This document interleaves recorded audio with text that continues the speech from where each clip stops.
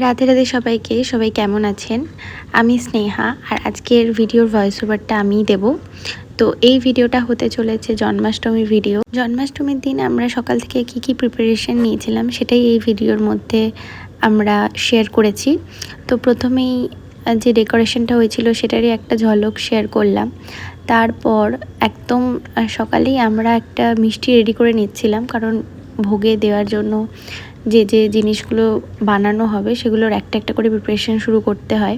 তো প্রথমেই আমাদের একটা রেডি টু কুক বোঁদে ছিল, যেটা আমরা আমাদের লোকাল স্টোর থেকে এনেছিলাম। ওটা কিছুই না, জাস্ট একটা মাইল্ড রস করে সেটার মধ্যে ভিজিয়ে দিলেই সেটা খুব সুন্দর শোক করে নেয়। আর এটা একটু ভিজিয়ে রাখতে হয় যাতে ওটার বেটার টেস্টের জন্য। তারপর আমরা যে মালাগুলো এনেছিলাম, ছোট রাধাকৃষ্ণ, বড় রাধা গোবিন্দ, মানে আমাদের কানাকিশোরীর জন্য, সেইগুলো পরিয়ে নিচ্ছিলাম। আর তারপর এই ভিডিওটাতে আমরা শেয়ার করছিলাম যে কালাঙ্কিগুলো আমরা বানিয়েছিলাম হাতে, সেগুলোরই ফাইনাল লুক। সেগুলো তো সেরকমভাবে এই বড় ময়ূরের পালক দেওয়া কালাঙ্কিগুলো শেয়ার করা হয়নি, তো এটা ভেবেছিলাম একদম ফাইনাল লুকেই শেয়ার করব। তো সেটারই ফাইনাল লুক শেয়ার করলাম। আর এরপর আমি এগুলো টুকটাক সেরে আলপনার দায়িত্ব আমার ওপরেই ছিল, তো আলপনা দিয়ে নিচ্ছিলাম ওই সামনেখানটাতে, মানে যেখানে ঠাকুর রাখা হয়েছিল তার সামনের জায়গাটাতে। আর আমি এই আলপনার থিম জন্মাষ্টমী রিলেটেডই রাখতে চেয়েছিলাম, যেমন মাখনের হাঁড়ি, ময়ূর, তারপর বাঁশি, এরকম ধরনের। তারপর আমাদের ঠাকুরঘরের যে গেটটা সেখানেও একটু দিয়ে নিয়েছিলাম আলপনা।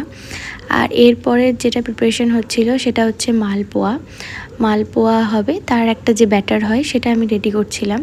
সেখানে যা যা লাগে, যেমন আটা, সুজি, দুধ, মৌরি, চিনি, এগুলো জলও লাগে, এগুলোর একটা ব্যাটার রেডি করে আমি রাখছিলাম। এরপরই রেডি করার পালা আমাদের গোপুসোনাকে। তো মামনি গোপুসোনাকে পঞ্চামৃত দিয়ে স্নান করিয়ে ওর জন্মাষ্টমী স্পেশাল ড্রেস পরিয়ে নিচ্ছিল। জন্মাষ্টমী স্পেশাল শৃঙ্গার হচ্ছে গোপুর এখানে। সবাইকে সাজানোর পর শেষে আমরা গোপুর শৃঙ্গার করি। ও ছোট্ট মানুষ, ওর শৃঙ্গার, ওকে স্নান করানো, তারপর ওকে রেডি করাটা একদম শেষেই তাকে একদম ফ্রেশ হয়েও বসবে। এখানে গোপুর হার, মুকুট, বাঁশি নিয়ে একদম রেডি। আর অন্যদিকে এখানে হচ্ছিল তালের প্রিপারেশন, তালের বড়া বা তালের লুচির যে প্রিপারেশনগুলো হবে তার জন্য রেডি করা হচ্ছিল তালটাকে। এখানে অলরেডি গপু বসে গেছে আমাদের দোলনায় আর দুলতেও শুরু করে দিয়েছে। অন্যদিকে আমরা ভোগের প্রিপারেশন করছিলাম। এদিকে হচ্ছিল পায়েস, সাথে হচ্ছিল তালের বড়া ভাজা। এই আইটেমগুলো একদম সেপারেটভাবে হয়, তাই একদম সকাল থেকে একটা একটা করে না শুরু করলে এটা শেষ হবে না, অনেকটাই লেট হয়ে যাবে। তালের বড়া ভাজার পরই হচ্ছিল এই মালপোয়া, যেটা কিছুটা লুচির মতো দেখতে হয়ে গেছিলো। ওই মালপোয়াটা এরকমভাবে ফুলে উঠেছিল কেন জানি না। তো তারপর সমস্তটা রেডি। এরপর তালে লুচিও হয়েছিল, যেটার ক্লিপ তোলা নেই। এরপর এক এক করে ভোগের থালা সাজানোর পালা, যেটার জন্য সকাল থেকে আমাদের প্রিপারেশন শুরু হয়ে যায়, কারণ ভোগের আইটেমগুলো কখনোই আগের দিন থেকে করে রাখা সম্ভব নয়। আর যেহেতু আগেই বললাম এটা সেপারেটভাবে হয়, তো এটার প্রিপারেশন একদম সকাল থেকে নিতে হয় যাতে ভোগটা ঠিক টাইমে দেওয়া যেতে পারে।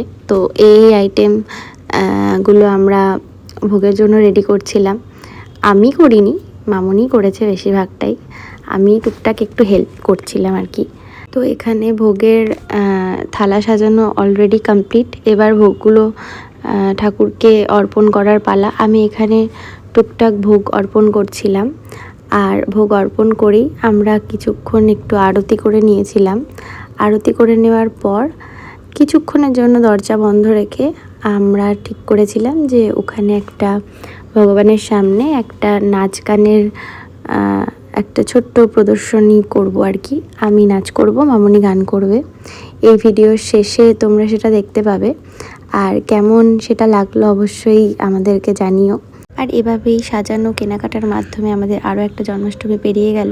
এবার পরের বছরের অপেক্ষা, তোমরা দেখতে থাকো আমাদের প্রদর্শনী। তোমরা কুঞ্জ সাজাও গো, আজ আমার প্রাণনাথ আসিতে পারে। তোমরা কুঞ্জ সাজাও গো, আজ আমার প্রাণনাথ আসিতে পারে।